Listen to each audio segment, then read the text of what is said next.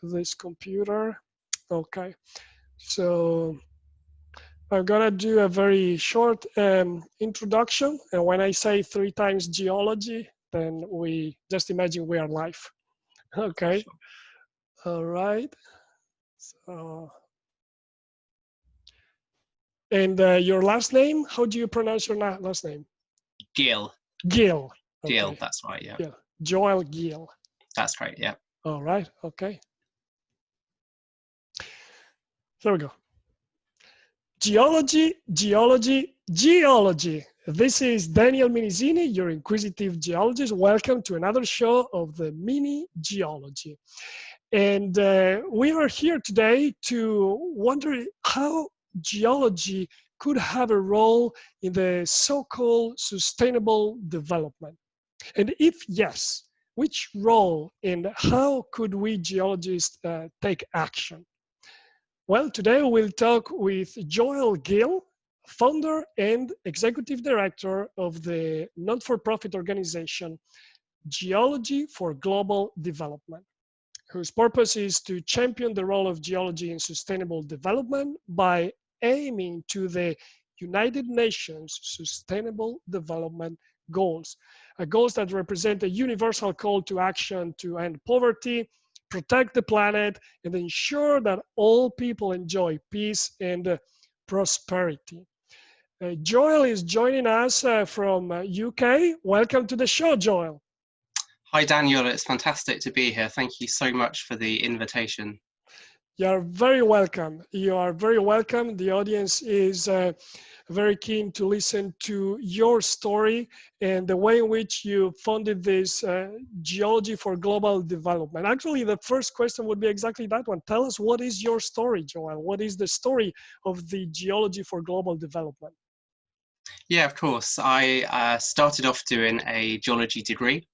And then after that degree, I had the privilege of being able to go to Tanzania to spend some time as a research assistant on a project looking at water programs and the reasons why some of these programs had failed and the reasons why some of these projects had succeeded. And while I was in Tanzania, I was really struck by how much just a little bit of geoscience knowledge could have a transformative impact on some of the communities there. I saw projects that had failed because of a lack of understanding of geoscience by the international NGOs who have been putting these projects in place. So, for example, they'd done the surveys at the end of the rainy season when the groundwater was closest to the surface. And then as soon as the dry season came and the water table dropped, those water projects stopped working. And communities were forced to spend hours collecting just a small amount of water that they needed for their daily lives. And that time was time they couldn't spend in school or earning an income or doing other leisure activities. So I think it was really clear there that just integrating a bit of geological understanding into organizations outside of the geosciences could make a really positive impact on development in those communities. But for every project I saw like that, I saw a lot of other projects where earth science was involved, but those earth scientists didn't have an understanding of local culture, didn't understand the ways in which they needed to engage across different disciplines, or maybe communicate across different languages. And I think it was very clear that geoscience training needs to evolve and adapt to bring in some of this cultural understanding, the importance of socioeconomic context into the way in which we work in order to improve our contribution to sustainable development. So I think seeing those two different sides, just how much geologists could do, but the fact that if we're going to make a good contribution, we need to be willing to reform and to integrate new skills into our toolbox as such. We have to therefore change our education processes.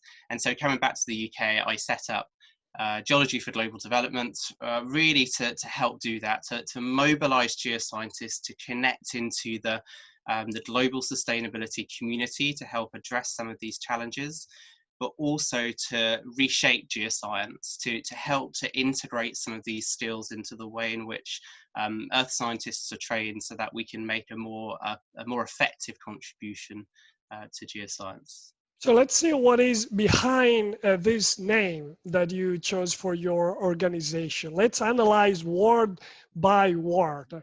Sure. Starting from development, the Geology for Global Development is the name of this organization. What do you mean by development?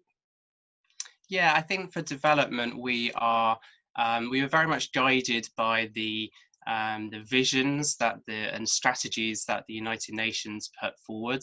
So the Millennium Development Goals up until 2015, and then from 2015 onwards, the Sustainable Development Goals, this set of 17 objectives or characteristics that the global community have come together to agree will enable communities to thrive, to live well with nature, to live well with each other, to have a peaceful environment, but also to grow in terms of their own well-being, health and well-being, and all the different factors that play into that, whether it's in terms of access to education, whether it's in terms of reducing inequalities, whether it's in terms of ensuring resilient communities. So I think we see development in that kind of multifaceted approach. So since development may be subject to different meanings depending on the contents, do you think that the word development has the same meaning in Geology for Global Development and in the United Nations Sustainable Development Goals? Yeah, I think for us, we're very much aligned. I think as an organisation, we've been at the forefront of trying to connect geoscientists into the Sustainable Development Goal agenda since 2015. So very much focused on that that aspect of work. What I would say, I guess, is that the Sustainable Development Goals are for all countries to think about. It's not just focused on a subset of countries. And I guess for us as a charity, we are particularly focused on working with those in the Global South. And I think part of that is really responding to the call in the Sustainable Development Goals to leave no one behind, to ensure that there is extra support for those in particularly challenging contexts, whether it's small island developing states, whether it's landlocked developing countries. I think it's kind of I think for us, that's where we try to focus our resources. And is this the reason why you then add this adjective, global? Why is it global? Yeah, global in the sense that it's really showing that there is a responsibility on everybody, the whole geoscience community, in all countries to think about the changes that we need to make. In a very interconnected world, there are responsibilities that I have as a geoscientist in the UK to develop my knowledge, to grow my understanding, and to ensure more sustainable practices here in the UK. And that can have a positive impact on development, sustainable development in other countries as well. So I think global development recognises the responsibility of all countries to think about issues of sustainability. But as I say, a particular focus on us is equipping geoscientists who are maybe working in or living in, based in the Global South, to contribute to sustainability challenges. The final word, the one that I really want to talk about today, geology. Which kind of geology is the one that you're thinking about when you talk about geology for global development? So I think when I came up with the name, I probably naively didn't see the huge difference between geology, geoscience, earth science, and then maybe with a decade more experience, I see how different people are using those perhaps in slightly different ways. But when I use the word geology, I mean a very broad range of earth and environmental science subdisciplines that come together under what some people call geoscience, but in the UK we've often called geology. But I'm thinking, yeah, of a really wide array of different subdisciplines. And I think actually, the more I've worked in this field, the more I've studied the Sustainable Development Goals, the more I see a really critical role for hydrogeologists, engineering geologists, mining geologists, geochemists, those who are maybe doing more academic research geology. There's incredibly important roles for them to play.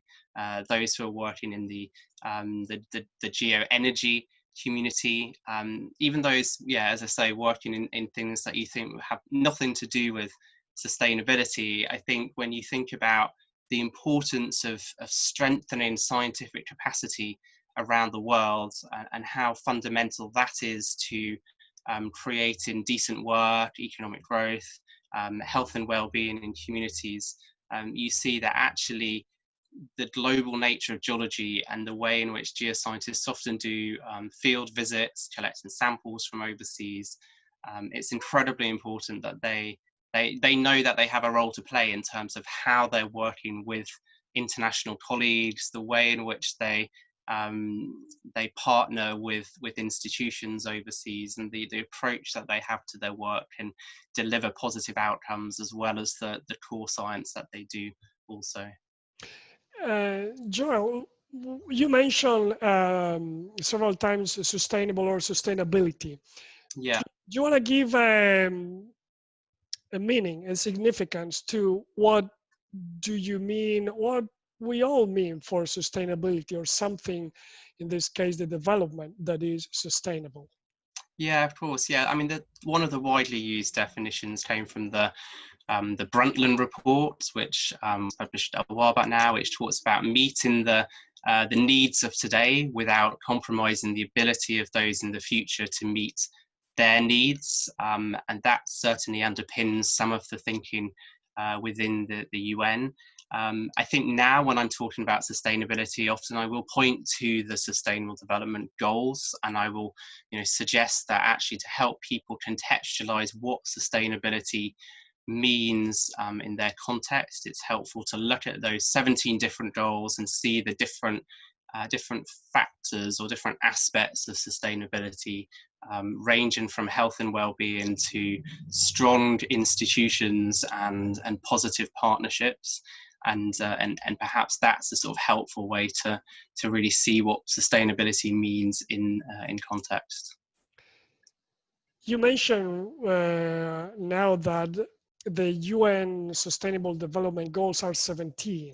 Yeah. So could geology help with all the 17, or there are only a subset of goals that geology can tackle?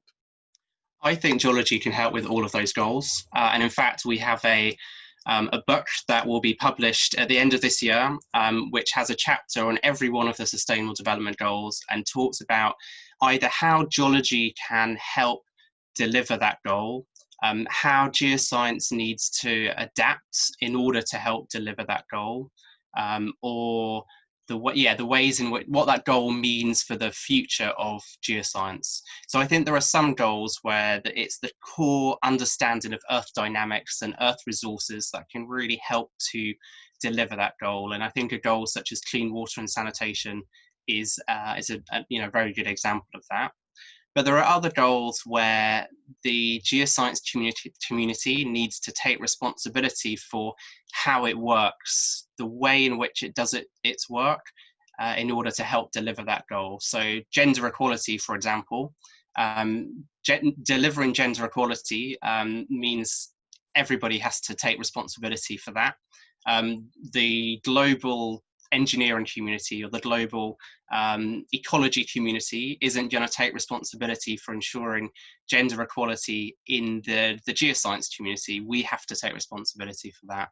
So I think it's we can contribute to all of the Sustainable Development Goals, sometimes by using our fundamental geological knowledge and understanding of Earth processes, and sometimes by changing the way in which we work, by making that contribution in our institutions and our structures in order to help tackle that sustainable development goals in a part of the global community. And again, among these 17 goals, which are the very first ones that comes to mind that the geology could really have an important impact? Yeah, of course. So things like sustainable cities.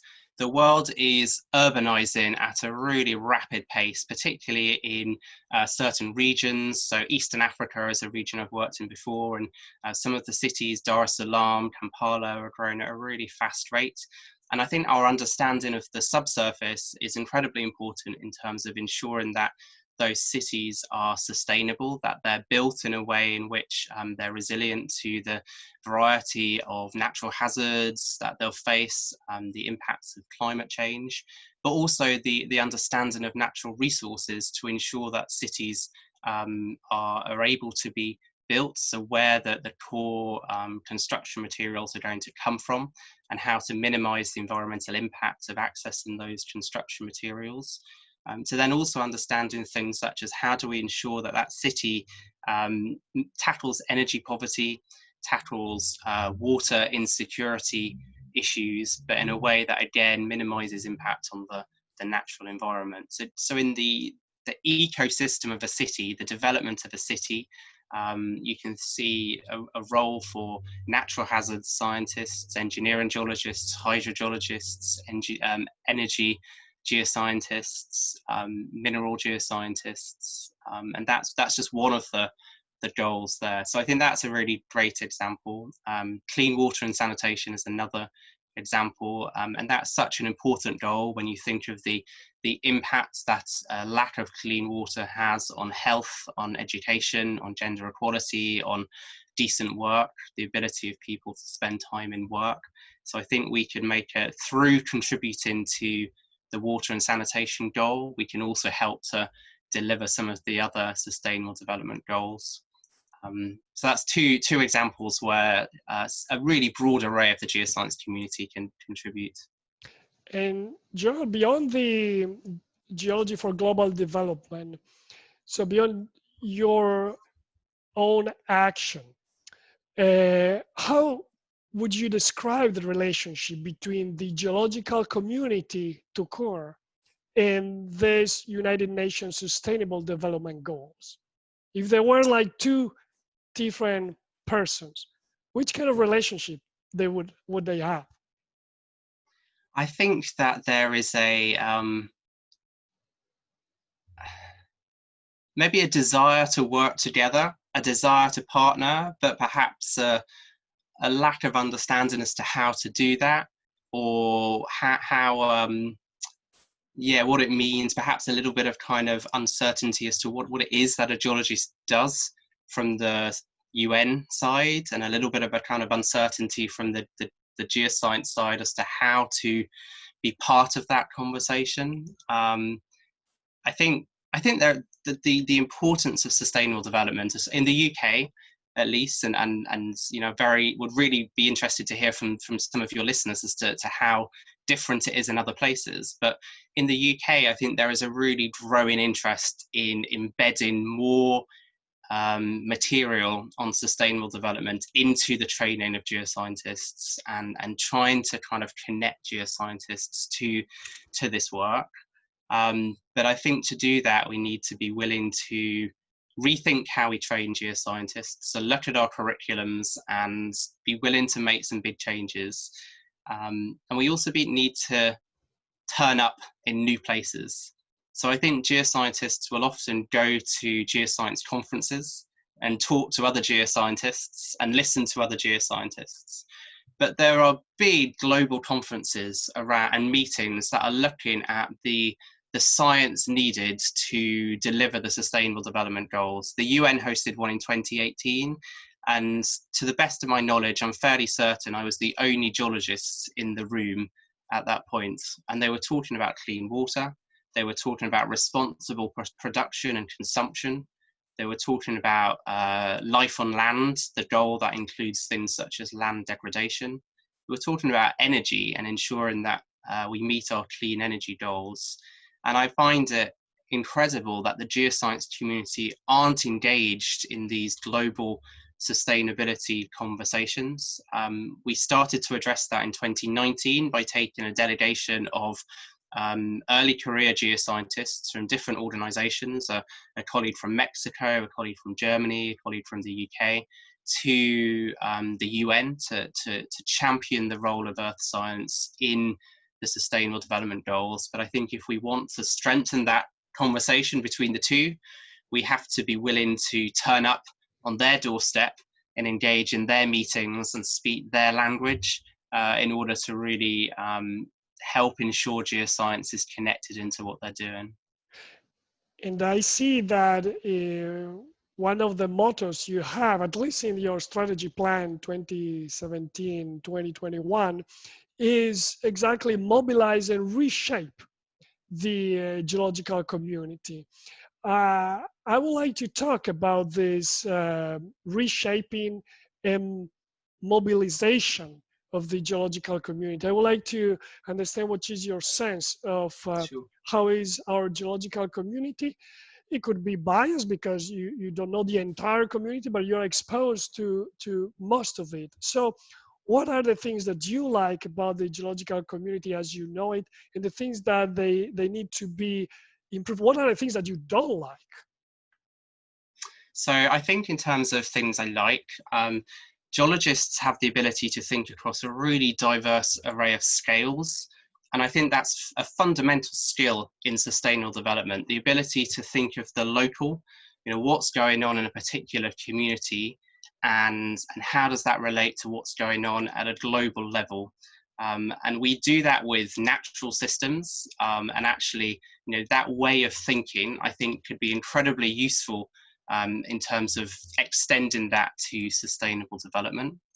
I think as geoscientists, we are familiar with integrating diverse methods, diverse data types to tackle complex problems.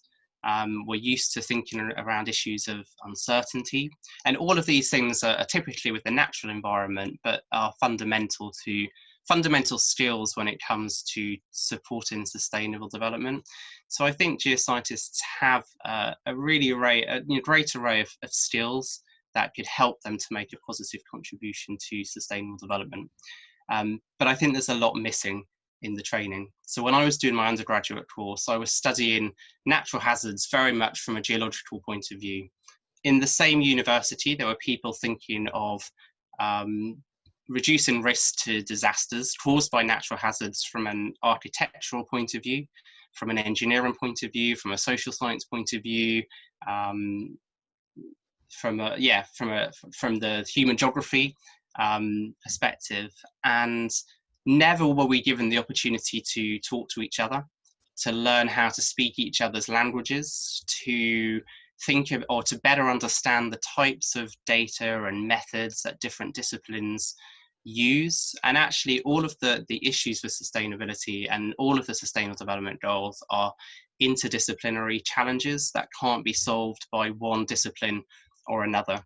So I think part of our reshaping mission is about building bridges with other disciplines, creating opportunities right at the start of the training of a geoscientist, so it becomes part of their culture, so that they can be part of those interdisciplinary teams that are needed to tackle global sustainability challenges.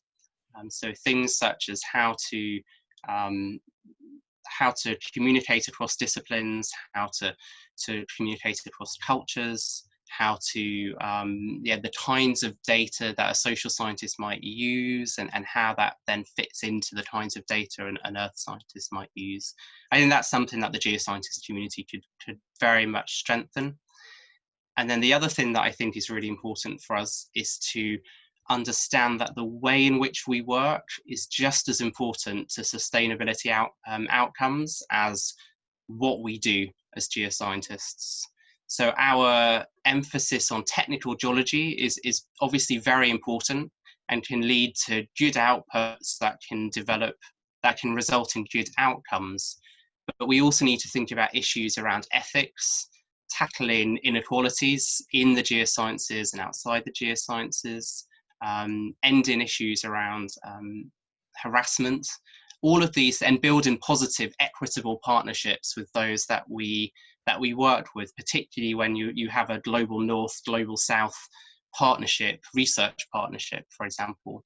And I think it's really important that we look at how we're working and the skills that are needed to work in a better way, because actually, an equitable science partnership where all stakeholders are treated as equals, I think can have just as much of a positive impact on sustainability in both countries as the science that they do together and the outputs, the papers, the reports that they produce together.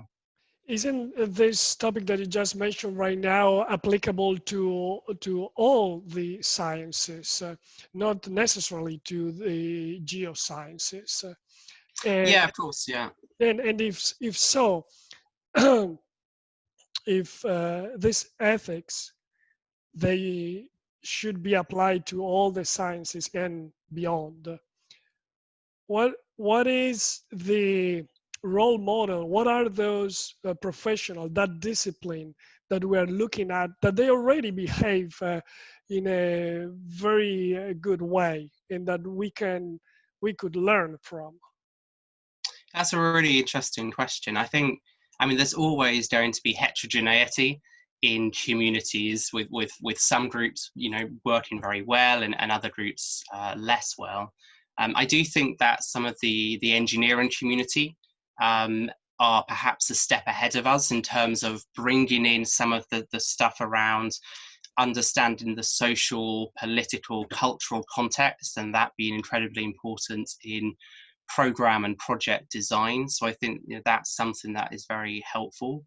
I think geography as a discipline is much stronger in terms of embedding training in research ethics, research integrity into the training of, say, PhD students as being a part of, or even undergraduates.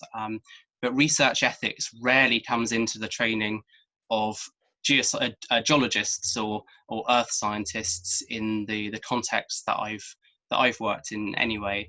So I think there is stuff that we can learn from those disciplines, but there are also role models and fantastic organizations in the geosciences who are producing some great resources that I think we can learn from.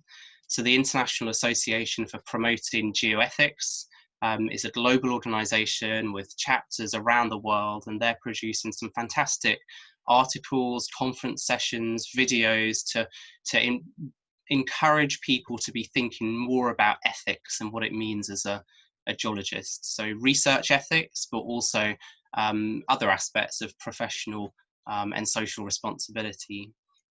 Organizations such as the International Association for Geoscience Diversity, in the UK, there's a group, Diversity in Geoscience UK, who are encouraging the geoscience community to think about how we can broaden access to the geosciences, how we can ensure that all communities, all members of our community can do field work, for example, whether it's through virtual learning, whether it's through field courses that are accessible for those with various disabilities. And I think it's let's look to those leaders. Let's ensure that they have our support. Let's resource them well through our professional societies and corporate sponsorship. And then the resources that they're producing are of great value in terms of delivering that change in the broader community. Now, I would like to ask you on how effectively to mobilize the geological community. What we have to do in order to have action. And now I heard that you already expressed one of those points, which I think is that the skills and knowledge to contribute to sustainable development are often are missing from the traditional education in the geological departments. So this is something you have already expressed. I would like to dig a little bit more about this point. For instance, how does a geoscientist develop a career linked to sustainable development, international aid, the things that you are doing? What are the skills that he would need to learn in the educational system? Yeah, of course. So I think there's almost two different paths that you could go down if you wanted to make this the focus of your career. One would be working within traditional geoscience organizations, but trying to um, have a focus, whether it's in your particular area of research or your particular area of professional practice, on issues linked to sustainability or international development. And that could be the route to do that could be through your PhD to choose a field area that perhaps gives you the opportunity to start building an expertise in, for example, the geology of East Africa, to be building a network with institutions working in that region. So you have colleagues that you can collaborate with who are based there, and then to think about how you take forward that work in, whether it's working for universities, whether it's working for a geological survey such as I do through my day job, whether it's working in one of the big global engineering consultancies like Arup or Atkins or Mott MacDonald, who are involved in fantastic work linked to international development, but drawing on the skills of engineering geologists, hydrogeologists, and other specialists. And I think the second route would be to work for a non-traditional organization, so something that geoscientists don't normally go and work in. So that could be a international development NGO. So one of the big global organizations like the International Rescue Committee, Oxfam, Save the Children, the Red Cross, and organizations such as that. Or it could be working for one of the United Nations agencies, the World Bank. It could be working in public policy for a think tank, or for government in one of the ministries of governments that perhaps is connected into issues of sustainable development or global affairs. I think some of the skills for those two routes are the same. So to have impact, we're always going to have to understand things such as how public policy is made, how policy is influenced, and how we can connect our science to that world of policy making. And I think little exercises a lecturer could bring in, such as if you've just written an essay or a paper on volcanic hazards and it's focused on the geology, an extra exercise could be turning that into a one-page briefing note with minimal technical jargon that will be presented to the civil minister for civil planning or something like that tomorrow. And you've got to very rapidly think about how you communicate and how you put your ideas down on paper to inform somebody who's not got a geology background. So thinking through things such as policy, thinking through things such as how we communicate across cultures and across disciplines. So again, if you want to ensure that what we do isn't just a report on a shelf, but is actually changed lives, good development outcomes, then I think we have to be better at working in those interdisciplinary teams. So the example that I mentioned earlier in terms of bringing people together in courses to just learn how to talk to each other, how to exchange ideas, I think could build that capacity to work in interdisciplinary teams throughout a career. But also I think, especially for the second path, in terms of working for agencies that are not traditional employers of geologists, we have to learn how to sell ourselves. How do we better sell our skills in a way that fits their language? So if I say that I can study the petrology of rocks, that in itself isn't something that's going to be on their list of criteria for recruiting somebody.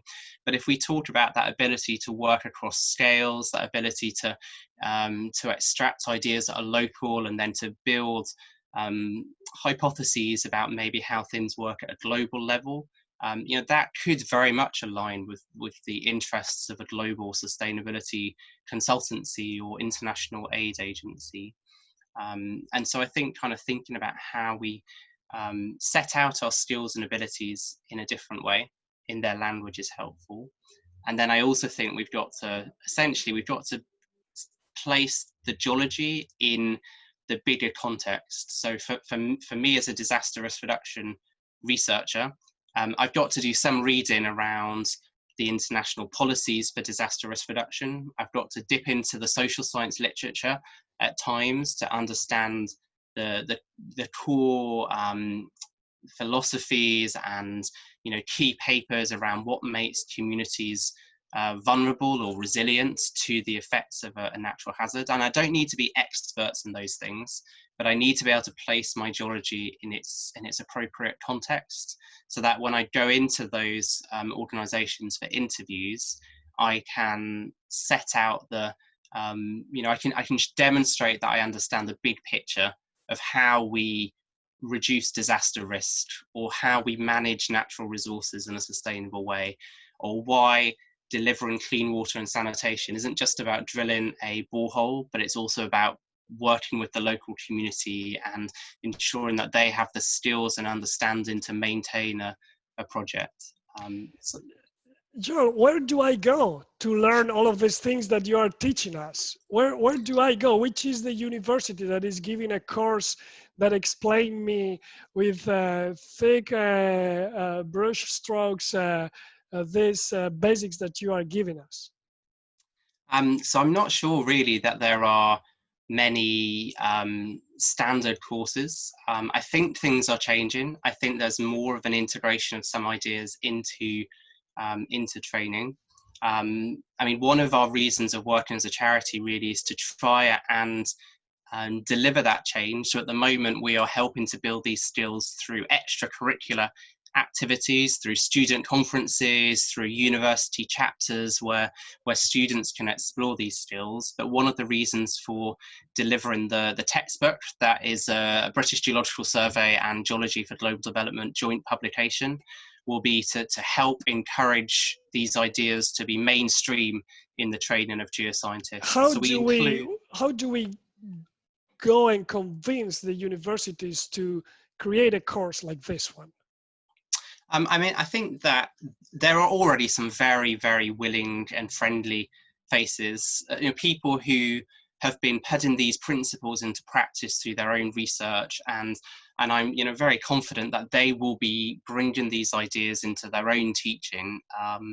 And I think working with those allies to help kind of as I say, move something from being a specialist focus into a mainstream part of the training of geoscientists really important. I think developing resources that make it really easy for lecturers who are often incredibly busy with huge amounts of pressures on them, developing resources that they can take and use and integrate into their teaching very easily is very good. What are you thinking? What are you thinking when you say developing resources, more in specific? So as the charity, actually over this summer, we're developing a short module on geoscience and sustainable development that will have 8 classes, and it will be a kind of an introduction to how geoscience helps improve health and well-being, how geoscience helps to reduce inequalities, how geoscience contributes to sustainable cities.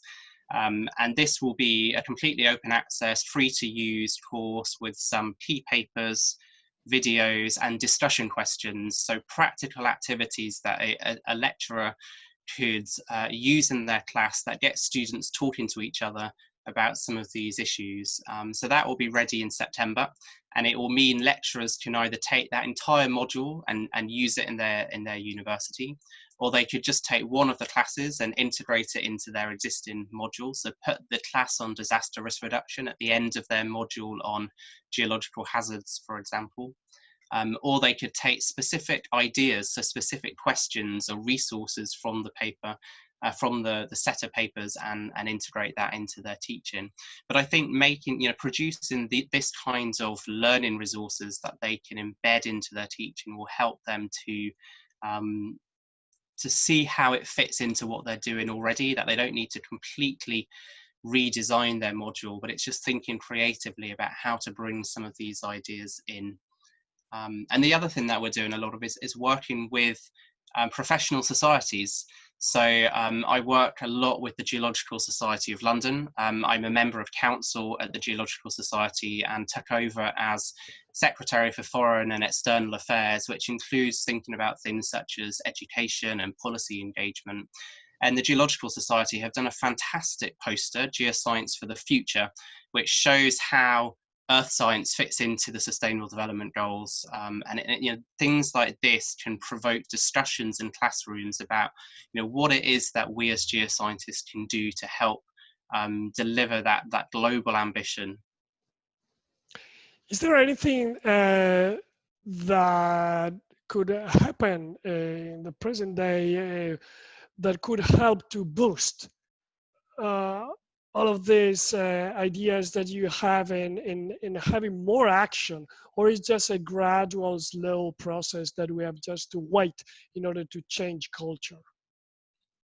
Yeah, I wonder if it's not one or the other, but if there's both, and if there's a sense of there has to be some hard work, some kind of long slog in order to build the appropriate networks, in order to change mindsets, in order to develop the resources that can really help to catalyze change. But I'm sure there will also be some particular actions that really catalyze that change in a much more rapid way.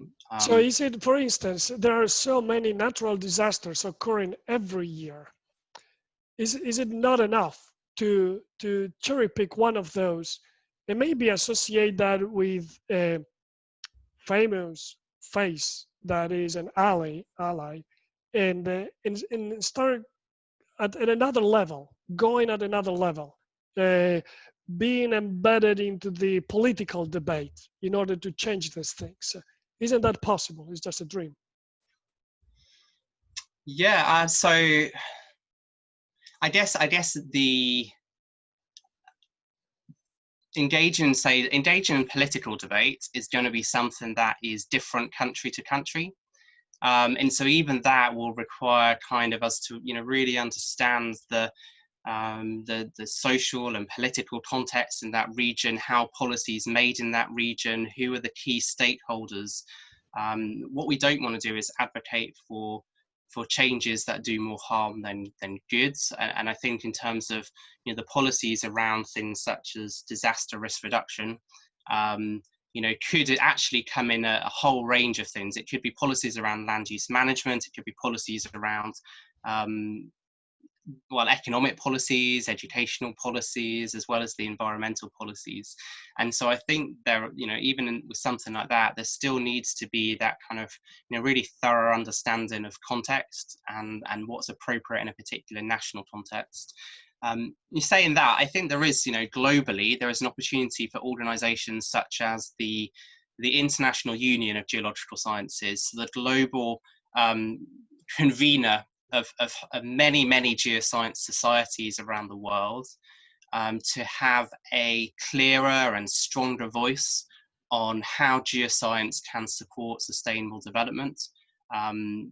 Being present at meetings such as the one I mentioned at the UN to ensure that we are around the table with our colleagues from other disciplines who are trying to tackle sustainability challenges.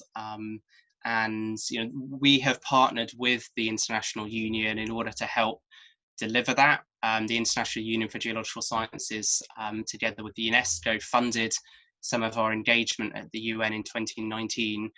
But I think it would be great for them to be having a really clear voice to the global geoscience community that what we do matters to sustainable development.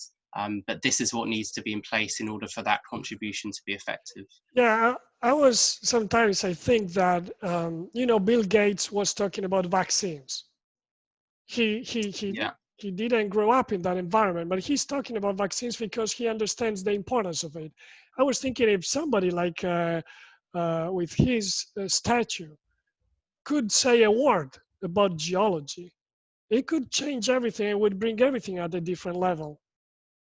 And Yeah, like for instance, in the Mediterranean Sea, whenever we have this dramatic losses of life coming from the southern coast to the north, there are like actors from Hollywood that they go into those ships to attract attention in the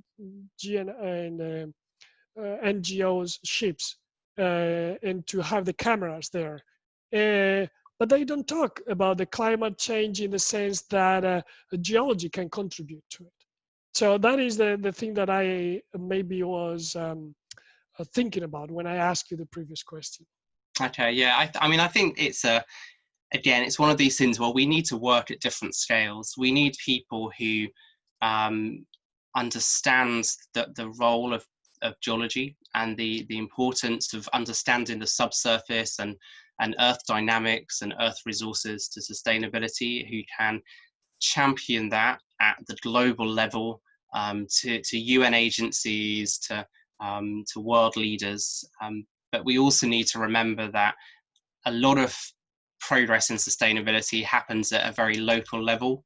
And therefore, even then we need to work with individual geoscientists in individual universities, nationally, professional societies, big employers of geoscience, to look at the practices and the ways of working in order to ensure that when a geoscientist turns up in maybe in a remote community in Tanzania, they're working in a way that respects local culture, they're working in a way that strengthens the capacity of the local geoscientists on the ground, and in a way that has a positive legacy, whether it's in terms of the water program they're working on or the science that they're doing being shared with a broader audience. So I think there's a need for very good practice at a local level at the same time as strong, effective champions at the global level.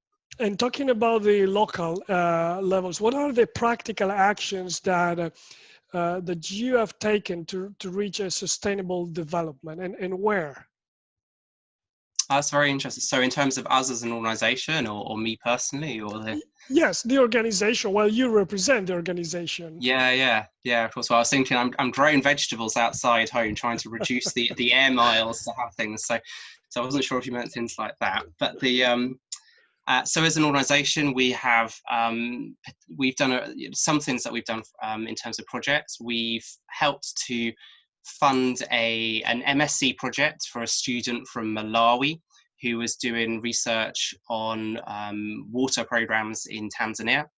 So we funded some of his thesis so that he could spend some time in Tanzania with some local international development organizations in order to, so that was a project which helped to strengthen his science capacity, helped to build links between scientists in Tanzania and Malawi, and then also help to improve the program, the water programs that a charity were implementing in Tanzania.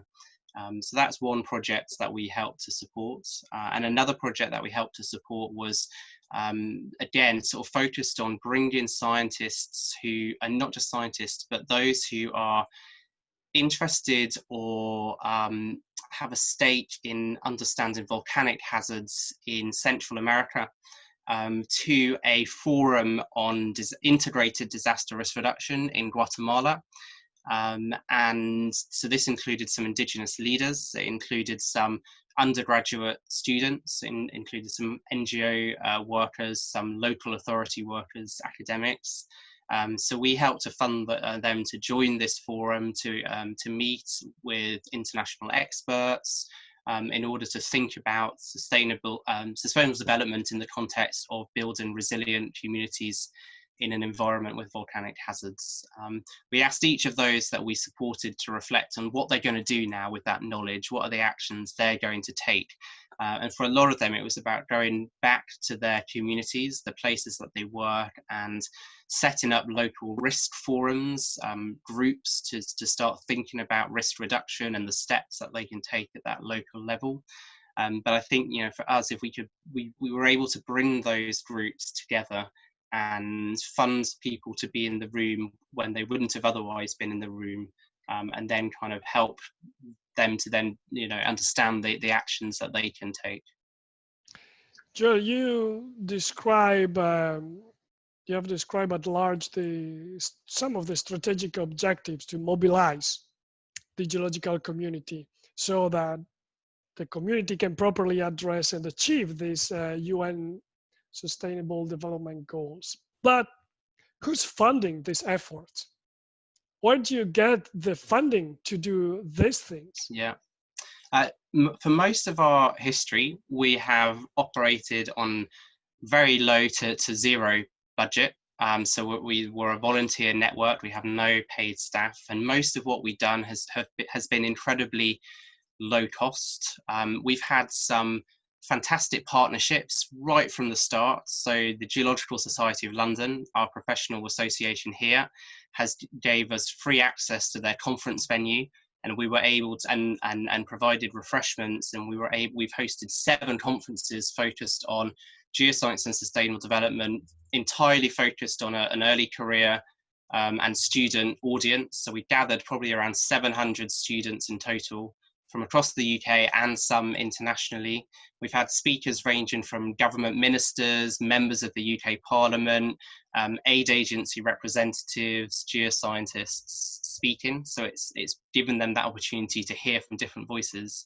So we've really benefited from partnerships, from the support of those who have given us those kind of resources. In recent years, we became an affiliated organisation of the International Union of Geological Sciences, and we get a small grant from the union there to support some of our activities. We're part of an active UNESCO and International Union of Geological Sciences International Geoscience project. And the deadline for those projects, which is focused on capacity strengthening, particularly in the Global South, is October. So, you know, for your listeners, do go and have a look at that program and see if it's something that you could be engaged in. But they, you know, through one of those projects, we've been able to access some money. And then we've had individuals who have either done fundraising events in universities, who have you know, believed in what we're doing and made donations to our work, and a couple of businesses have given some have actively chosen to fundraise for us, or gave us some sponsorship of the conferences that I mentioned earlier. So, but I think it's amazing how much you can do at low cost, actually. So producing resources, drawing on the expertise of volunteers in order to develop those. If you have the passion. Yeah, of course. You've got to believe in what you're doing. By the way, what is your drive? I think a fundamental belief that geology matters, that the understanding the earth can result in better quality lives, can result in improved decision making, and altogether a more sustainable future for people. And I think connecting a love of the natural environment together with a strong belief in, I mean, I think if you read the opening couple of paragraphs to the Sustainable Development Goals in the full UN agenda, where it's talking about the importance of dignity for all people, it's talking about the fact that there is, for the first time ever, all world leaders have come together and articulated a plan of action to deliver a more sustainable future. I think it's incredibly stirring and incredibly inspiring, and I think that's kind of where this comes from. This passion for the natural environment, together with this strong belief in the dignity of all people, and this the idea that things can be done better than they are now. Jill, what has been in this context of what you are doing, what has been your most joyful moment? So can I pick two? Is that okay? So two completely different scale things. So one of them was, right down at that local scale. We were part of a project with some universities in India and the Geological Society of London and some other international partners, delivering a schools program. So thinking about landslides and earthquakes in Ladakh, in the Himalayas, in the Indian state of Jammu and Kashmir, and being out there in those schools and just listening to the experiences of young people, their passion for issues such as tackling climate change, their desire to know more about the natural environment and what actions they can take to reduce their risk from things such as landslides was incredibly inspiring. So it's really about listening to people on the ground.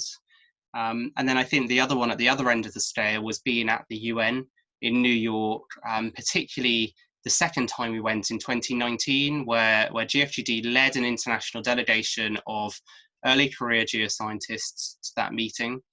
We organised the first side event in any of those forums focused on geology, on geoscience and its contribution, the importance of earth science education to sustainable development. And we were able to address that forum, to speak to that forum on behalf of the geoscience community, to advocate for the importance of earth science education at all levels. So not just people doing degrees in earth science, but integrating earth science education into primary and secondary education. So from the ages of 5 through to the ages of 18, in order to ensure effective decision making around the environment at local and national levels. And I think, being in those different forums has been a real kind of privilege for me. And what is your moonshot? What is your moonshot now? What would we like to do? So we have always had this challenge of how do we grow in a sustainable way.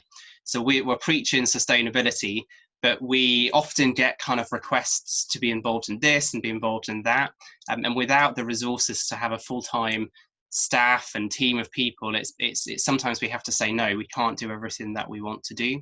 And I think that there is so much potential for what we're doing in terms of really working with a much more global geoscience audience, for delivering summer schools in the in different parts of the world that have a focus on sustainable geoscience, for example.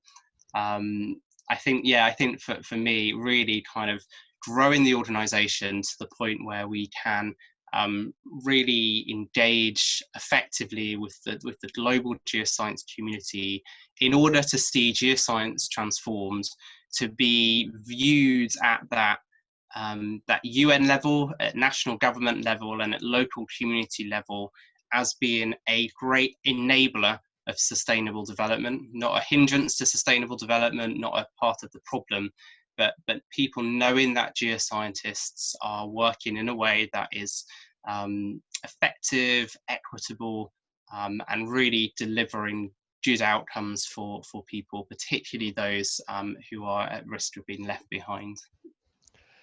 And Joe, we still have a couple of minutes. I will leave an open mic for you to pitch, to say hello, to shout out, to add more news, or to involve the community in the way you know. The mic is yours. Thank you. So, I think the first thing I'll note is that, everybody go and have a look at the Sustainable Development Goals. Go and look at the specific targets in those goals and have a think about what are you doing in your context? What's your geoscience practice, professional practice, research? What's your outreach work that you're doing? How does it connect to the Sustainable Development Goals? Or how could you, in your particular sphere of influence, help to deliver some of those targets through your geological science, knowledge, and networks? And I think, individuals can have a big impact and a big influence. So go away and have a look at that. We have a wealth of resources on our website, so that's www.gfgd.org, or you can just Google Geology for Global Development, and some of those resources are really designed to help people think about what they can do and how they can connect into sustainable development.